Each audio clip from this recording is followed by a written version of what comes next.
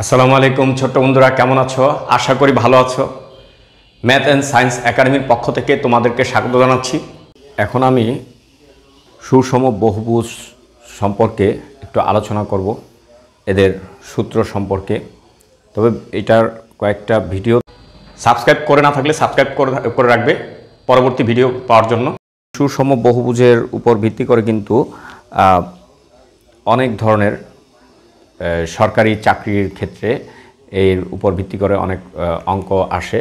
তো এটা যারা চাকরি খুঁজতেছ তোমরাও দেখবে, আর নবম দশম শ্রেণীর তোমরাও দেখবে। ওকে, তো এটা এই সূত্রগুলি, এই সুষম বহুভুজ, এটা কিন্তু মানে তোমরা যখন বাস্তব জীবনে কোনো কিছু আকৃতি তৈরি করতে যাবে তখন কিন্তু এটা মাপঝোঁকটা খুবই গুরুত্বপূর্ণ। ওকে, তো এখন আধুনিক কিছু ফার্নিচার বের হয়েছে, তো সেই ফার্নিচারের ডিজাইন করতে গেলেও কিন্তু দেখা যায় এই সুষম বহুভুজের যে সূত্রগুলি প্রয়োগ করলে ওই ডিজাইনটাও সুন্দর হয়। ওকে, তো বাস্তব জীবনের প্রয়োগ অনেক। ওকে, তো রেলওয়ের পরীক্ষাগুলিতেও কিন্তু এই সুষম বহুভুজের অঙ্কগুলি আসে। ওকে, তো এখানে আমরা এগুলি সুন্দর করে একটু দেখব যে কোনটাই কি বলে। তো এখন সুষম মানে এই যেই আকৃতিগুলির, ওকে, এই বাহুগুলি সমান, আকৃতির বাহুগুলি সমান। এখন এখানে আমি ত্রিভুজ যদি বলি, এই তিনটা বাহু যদি সমান হয়, ওকে, তিনটা বাহু যদি সমান হয় তাহলে এটা মানে বহুভুজ। ওকে, অনেকগুলি বাহু, তাহলে এখানে তিনটা বাহু তিনটাই সমান, তাহলে এটাও একটা সুষম কি বহুভুজ। আবার এই বর্গক্ষেত্রটাকে আমরা কিন্তু সুষম বহুভুজ বলতে পারি, কারণ বর্গক্ষেত্রের প্রত্যেকটা বাহু কিন্তু সমান থাকে। ওকে, আবার এই পঞ্চভুজটার ক্ষেত্রে ধরি, এই প্রত্যেকটা বাহুর দৈর্ঘ্য যদি এক সমান থাকে, ওকে, তাইলে সেই ক্ষেত্রে আমরা এটা সুষম বহুভুজ বলতে পারি। ওকে, আবার ঠিক ষড়ভুজ বলো, অষ্টভুজ যাই বলো, ওকে, যত আকৃতি হোক না কেন, এই সুষম মানে হচ্ছে এই বাহুগুলির প্রত্যেকটার দৈর্ঘ্য সমান থাকবে, তাহলে সেটা আমরা বলি সুষম বহুভুজ। ওকে, তো এই সুষম বহুভুজ প্রত্যেকটাই হচ্ছে একটা মানে এক এক দিকে এক একটা সূত্র মেনটেন করে চলে। আমরা এখন যেটা শিখব, আজকে যেটা ধারণা দিব সেটা হচ্ছে অন্তকোণ আর বহিকোণ, এটা রিলেটেড যে সূত্র এবং এটা রিলেটেড কিছু অঙ্ক আসে। তাই আমরা অন্তকোণ আর বহিকোণগুলি একটু শিখি এবং এটা সূত্র নিয়ে একটু আলোচনা করি। ওকে, তাইলে আমি যদি এই বাহুটাকে এদিকে একটু বাড়তি করি, ওকে, আবার এই বাহুটাকে যদি এদিকে বাড়তি করি, আবার এই বাহুটাকে যদি এদিকে বাড়তি করি, তাহলে দেখো প্রত্যেকটার এই বাহিরে এইখানে একটা কোণ হয়েছে, এখানে একটা কোণ হয়েছে, এখানে একটা কোণ হয়েছে। ওকে, এখন দেখো আমরা এটাকে বলি বহিকোণ, এই কোণগুলিকে বলি বহিকোণ। এই কোণগুলি কী কোণ? বহিকোণ। ওকে, বহিকোণ। তাহলে আর এই যে ভিতরের এই কোণ এগুলি হচ্ছে অন্তকোণ, ভিতরের কোণ। তাহলে বহিকোণ আর অন্তকোণ এই দুইটার সমষ্টি হচ্ছে 180 ডিগ্রি। এটা কিন্তু আমরা পেয়ে গেলাম একটা ধারণা। ক্লিয়ার? বহিকোণ এবং অন্তকোণের সমষ্টি হচ্ছে 180 ডিগ্রি। দেখো এই দুইটা মিলে একটা সরল কোণ হয়, এই দুইটা মিলে একটা সরল কোণ হয়, এই দুইটা মিলে একটা সরল কোণ হয়। তাহলে আবার এদিকে চতুর্ভুজটার ক্ষেত্রে ধরি, এই সুষম বহুভুজটার ক্ষেত্রে ধরি, আমি যদি এই বাহুটাকে একটু বাড়াই তাহলে এদিকে একটা বহিকোণ হয়। ওকে, আবার এদিকে একটা বহিকোণ হয়, আবার এইটাকে বাড়াইলে এদিকে একটা বহিকোণ হয়। ওকে, আবার এটাকে যদি বাড়াই এদিকে একটা বহিকোণ হয়। তাহলে দেখো এই বহিকোণ আর অন্তকোণ, এটা অন্তকোণ, এটা অন্তকোণ, এটা অন্তকোণ, এটা অন্তকোণ। ক্লিয়ার? তাহলে এদিকে অন্তকোণ হচ্ছে 3টা আর বহিকোণ হচ্ছে 3টা, তাহলে যতটা অন্তকোণ ততটা বহিকোণ, এটা আমরা পেয়ে গেলাম। ওকে, আবার দেখো আরেকটা মজার ব্যাপার হচ্ছে এগুলির শীর্ষবিন্দু কিন্তু 3টাই। এখানে 3টা অন্তকোণ, 3টা বহিকোণ, আবার 3টা শীর্ষবিন্দু। এদিকে 4টা অন্তকোণ, 4টা বহিকোণ, 4টা শীর্ষবিন্দু। ক্লিয়ার? আচ্ছা, আবার তাহলে এদিকে দেখো এই বহিকোণ অন্তকোণের যোগফল কিন্তু 180 ডিগ্রি। এটা কিন্তু আমরা বহিকোণ অন্তকোণের যোগফল 180 ডিগ্রি। তাহলে এটা আমরা কিন্তু একটা মিল পেলাম।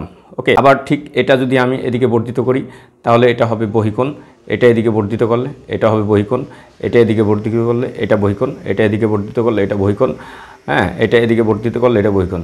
তাহলে এই অন্তকোণ হচ্ছে এই ভিতরের এই প্রত্যেকটা শীর্ষর ভিতরে যে কোণ উৎপন্ন হয় সেটা হচ্ছে অন্তঃকোণ বা এটা শীর্ষকোণও বলতে পারি। ওকে, এই প্রত্যেকটা ভুজের ক্ষেত্রে এরকম আমরাই করতে পারি। তাহলে অন্তঃকোণ আর বহিকোণ মিলে হচ্ছে 180 ডিগ্রি। ওকে, আমরা এটা একটা ধারণা পেলাম যে অন্তঃকোণ এবং বহিকোণের সমষ্টি হচ্ছে 180 ডিগ্রি। ওকে, এখন আরেকটা বিষয় আমরা করি, এই যে এই বহুভুজের যে বহিকোণগুলির সমষ্টি কত এবং অন্তঃকোণগুলির সমষ্টি কি সমান কিনা সব সময়, সেটা আমরা একটু দেখি। তাইলে আমরা এটার ক্ষেত্রে যদি ধরি, তাহলে এটা ত্রিভুজটার 3 কোণের সমষ্টি হচ্ছে 180 ডিগ্রি। তাহলে এটা যেহেতু 3টা বাহুই সমান, তাহলে এদিকে 60 ডিগ্রি করে আমি যদি 3 দিয়ে ভাগ করি তাহলে 60 ডিগ্রি করে পড়ে। তাহলে এটার 3টা অন্তঃকোণ সমান আমরা পাইলাম 180 ডিগ্রি। তাহলে এখানে 3টা অন্তঃকোণ 180 ডিগ্রি। আবার এদিকে মানে 180 থেকে যদি আমি বাদ দেই, এই 60 বাদ দেই, তাহলে কত থাকে? 180 বিয়োগ 60 ইকুয়াল টু 120 ডিগ্রি। তাইলে এটার বহিকোণ পাইতেছি 120 ডিগ্রি। প্রত্যেকটা বহিকোণ 120 ডিগ্রি, 120 ডিগ্রি। ক্লিয়ার? তাইলে এই 120 ডিগ্রিতে কত? 360 ডিগ্রি। তাইলে আমরা এটা পাইলাম বহিকোণ, এখানে পাইলাম বহিকোণ পাইলাম 360 ডিগ্রি, বহিকোণগুলির সমষ্টি।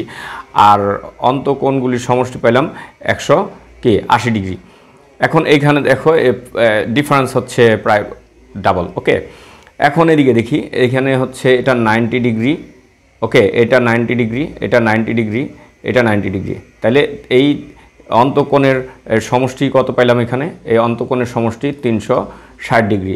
আবার এটা 90 ডিগ্রি, তাহলে 180 থেকে যদি আমি 90 বাদ দিই তাহলে এটা 90 ডিগ্রি থাকে। তাহলে বহিকোণ এখানে কত? 90 ডিগ্রি থাকে, এখানে 90 ডিগ্রি থাকে, 90 ডিগ্রি 90 ডিগ্রি। এখানেও বহিকোণও আমরা পাইলাম 360 ডিগ্রি। তার মানে এই সুষম চতুর্ভুজের ক্ষেত্রে আমরা পাইলাম কি? 360 ডিগ্রি অন্তঃকোণ, 360 ডিগ্রি বহিকোণ। আবার ত্রিভুজের ক্ষেত্রে আমরা কিন্তু অন্তঃকোণ পাইলাম 180 ডিগ্রি আর বহিকোণ পাইছি 360 ডিগ্রি। দেখো বহিকোণ কিন্তু দুইটার মধ্যে বহিকোণ সমান রইল, কিন্তু অন্তঃকোণটা কিন্তু ভিন্ন হইল। তো এটা একটু খেয়াল করো। এটা দিয়ে একটা আসে যে আমাদের সবসময় বহিকোণগুলির যোগফল কিন্তু সমান। তাইলে আমরা এটার বহিকোণ যদি যোগ দিই, ওকে, তাহলে দেখা যাবে 360 ডিগ্রি চলে আসে। ওকে, তাই 360 ডিগ্রি, 5টা বহিকোণে যদি 360 ডিগ্রি হয়, এটা 5 দিয়ে ভাগ দিলে যেটা বের হবে সেটা হচ্ছে একটা বহিকোণ। ওকে, তাহলে একটা বহিকোণ আমার 180 থেকে যদি ওই বহিকোণটা বাদ দিই তাহলে অন্তঃকোণ পাওয়া যাবে। আর ওই অন্তঃকোণ যদি 5 গুণ করি তাহলে এই পুরা অন্তঃকোণের সমষ্টি পাওয়া যাবে। বুঝতে পারছো সূত্রগুলি কিভাবে আমরা কনস্ট্রাক্ট করব?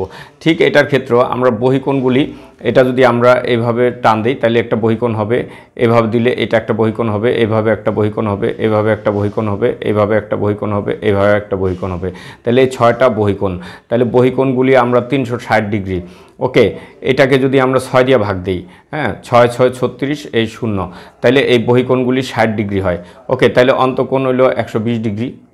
ওকে, এটার অন্তঃকোণ 120 ডিগ্রি। তাই 6 120-এ কত হয়? তত হচ্ছে এই অন্তঃকোণগুলির যোগফল। তাহলে এখন বুঝতে পারছো? আশা করি তোমরা এই অন্তঃকোণ এবং বহিকোণের যে ব্যাপারটা তোমরা ধরতে পারছো। তাইলে এখন আমি যদি সূত্র লিখি, তাহলে তোমরা এই সূত্রগুলি সুন্দরভাবে নিজেদের ভিতরে ঢুকাইতে পারবা। ওকে, কিভাবে এই সূত্রটা প্রয়োগ হবে সেটা আন্দাজ করতে পারবা।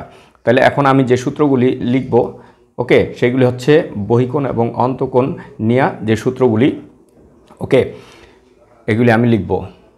তাহলে এইখানে আমি একটা সূত্র দেখলাম, একটি সুষম বহুভুজের প্রতিটি বহিকোণ সমান 360 ডিগ্রি বাই n। তার মানে কি? আমরা দেখলাম যে যত ভুজই হোক, ত্রিভুজ, চতুর্ভুজ, পঞ্চভুজ, ষষ্ঠভুজ, মানে সপ্তভুজ, অষ্টভুজ, মানে যত ভুজই হোক, ওগুলির বহিকোণগুলির সমষ্টি হচ্ছে 360 ডিগ্রি। তাইলে আমরা 360 ডিগ্রিকে যদি আমরা n সংখ্যক, মানে কতটা বাহু, ওই বাহু দিয়ে যদি আমরা ভাগ দেই, n হচ্ছে বাহুর সংখ্যা, ওটা দিয়ে ভাগ দেই, তাইলে একটা বহিকোণের মান বের হয়ে যাবে। আর একটা বহিকোণের মান বের হয়ে গেলে 180 দিয়ে যদি ওটারে বিয়োগ দিই তাইলে একটা অন্তঃকোণের মান বের হয়ে যায়। ওকে, এইভাবে কিন্তু আমরা করতে পারি। ওকে, এখন যদি আবার আরেকটা জিনিস, একটি সুষম বহুভুজের বাহুর সংখ্যা যদি বের করতে যাই, যে এখানে একটা বহিকোণ দেওয়া আছে, তাহলে বাহুর সংখ্যা কত, মানে এটা কোন ধরনের বহুভুজ আছে, পঞ্চভুজ না ষড়ভুজ না অষ্টভুজ ইত্যাদি বা ত্রিভুজ ইত্যাদি।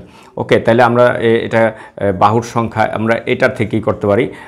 এই একটা বহিকোণটা এখানে দিব আর এই এনটাকে এখানে নিয়ে আসবো। ঠিক এটাই করেছি, যে বাহুর সংখ্যা এন ইকুয়াল টু 360 ডিগ্রি আর প্রতিটি বহিকোণ এটা দিয়ে যদি ভাগ করি 360কে, তাহলে বাহুর সংখ্যা যেটা পাওয়া যায় সেটা হচ্ছে বাহুর সংখ্যা।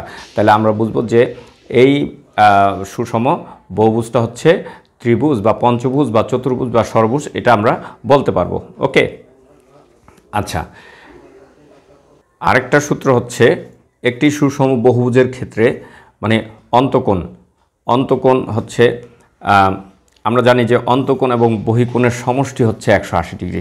তাই এই সূত্রটা আমরা লিখতে পারি যে অন্তকোণ প্লাস বহিকোণ, ওকে, ইকুয়াল টু 180 ডিগ্রি। এটা হচ্ছে একটি অন্তকোণ, মূর্ধন্য হবে, একটি অন্তকোণ আর একটি বহিকোণ, এটার যোগফল হচ্ছে 180 ডিগ্রি। তাহলে আমি যদি বহিকোণ জানি তাহলে অন্তকোণ বাইর করব, 180 থেকে বিয়োগ করব। ওকে, আর যদি অন্তকোণ আর বহিকোণ জানি তাহলে এই দুইটার যোগফল হবে এটা। ওকে, তো এই সূত্র কটা আমরা একটু মাথায় রাখব, ঠিক আছে। তাহলে আরেকটা সূত্র হচ্ছে সুষম বহুভুজের শীর্ষকোণের সমষ্টি, যেটা সূত্র শীর্ষকোণের সমষ্টি হচ্ছে মানে এই যে এই কোণ এই কোণ এই কোণ, হ্যাঁ, এই কোণ এই কোণ এই কোণ এই কোণ এই কোণ এই কোণ এই কোণ, মানে এই ভিতরের যে শীর্ষকোণগুলি, ওকে, সবগুলি শীর্ষকোণ সমষ্টি কত, ওকে, সেটার সূত্র হচ্ছে এরকম যে n-2 ইন্টু 180। এটা যদি আমরা এনটা ধরি, যদি ত্রিভুজ ধরি, তাহলে ত্রিভুজের শীর্ষকোণের সমষ্টি কত, সেটা ত্রিভুজ এনের মান 3, তাহলে এনের মান যদি 3 হয় তাহলে 3 - 2 ইন্টু 180 ডিগ্রি, তাহলে এটাই করলে 1 হয়, 1 ইন্টু 180 মানে 180, তাহলে ত্রিভুজের 3 কোণের সমষ্টি 180 ডিগ্রি। ওকে, আচ্ছা, এখন আসো ঠিক চতুর্ভুজের ক্ষেত্রে যদি বলি, চতুর্ভুজেরটা এখানে 4 দিব, 4 দিলে বিয়োগ দিলে হয় 2, তাহলে 180কে 2 দিয়ে গুণ দিলে হয় 360 ডিগ্রি। ওকে, ঠিক এইভাবে আমরা পঞ্চভুজের ক্ষেত্রে যদি হয় তাহলে এটা 5 - 2, ওকে, ইন্টু 180 ডিগ্রি, তাহলে এটা কত আসে, এটা আসে 3 ইন্টু 180। ওকে, এটা 3 0 0 3 6 3 8 24 4 হাতে 2 3 2 3 অকে 3 আর 2 5 520 ডিগ্রি। ওকে, তাহলে একটা পঞ্চভুজের শীর্ষকোণের সমষ্টি হচ্ছে আমার 540 ডিগ্রি। ওকে, তাহলে এটা আমরা কিন্তু বের করতে পারি। ওকে, এখানে শীর্ষকোণের সমষ্টি থেকে আমরা কিন্তু বহিকোণ বের করতে পারি এবং এখান থেকে অন্তকোণও বের করতে পারি। ওকে, এইগুলি আমরা সূত্রগুলি, আশা করি তোমরা সূত্রগুলি বুঝতে পেরেছ। তাহলে এটা থেকে কিন্তু আমরা এই সুষম বহুভুজের প্রতিটি শীর্ষকোণ এর মান আমরা পেতে পারি। তাহলে এটা দিয়ে আমরা হচ্ছে এনের মান হচ্ছে ওই ভুজের সংখ্যা। ওকে, যে এখানে ত্রিভুজ হলে 3 দিব, ওকে, চতুর্ভুজ হলে 4 দিব, পঞ্চভুজ হলে 5 দিব। যাই হোক, আমার যদি এটা পঞ্চভুজ হয়, ওকে, এখানে এন দিয়া করব, সরি,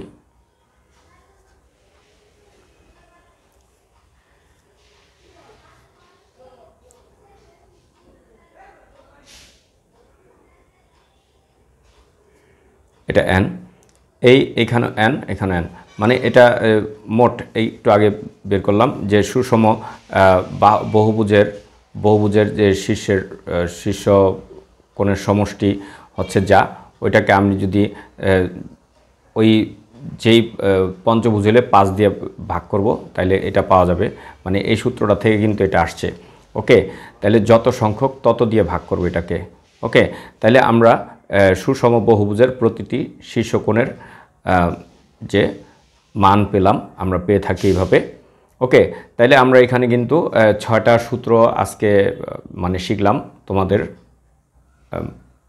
কে শিখাইলাম। আজকে আমরা 6টা সূত্র শিখলাম। ওকে, মানে অন্তকোণ, বহিকোণ সংক্রান্ত এবং হচ্ছে শীর্ষকোণ এবং শীর্ষবিন্দু কয়টা আছে, ওকে, এগুলি সম্পর্কে। ধন্যবাদ।